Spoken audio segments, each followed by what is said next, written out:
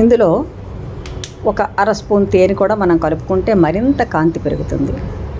ముఖంపై ఉన్నటువంటి dead cells కూడా ఈ బియ్యపు పిండిని కూడా ఇందులో చేర్చడం వల్ల పోయి ముఖం చక్కగా నునుపుగా తయారవుతుంది. ముఖంలో తేమను కలిగించడానికి చక్కగా ఈ పాలను కూడా మనం వాడుకోవచ్చు. జిడ్డు చర్మం ఉన్న వాళ్ళైతే ఈ పాలను అవాయిడ్ చేసి దీనికి బదులుగా రోజ్ వాటర్ని కానీ మామూలు వాటర్ని కానీ వాడుకోవచ్చు. ఈ విధంగా మొత్తం ఈ మిశ్రమాన్ని చక్కగా కలుపుకొని ముఖానికి పూసుకోవాలి.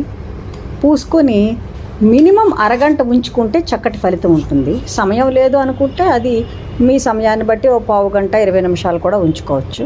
ఇది వారానికి 1-2 సార్లు అయినా పెట్టుకుంటే మీకు మీ ముఖంలో ఉన్నటువంటి కాంతిని మీరు చూసుకున్నప్పుడు తేడా తెలుస్తుంది.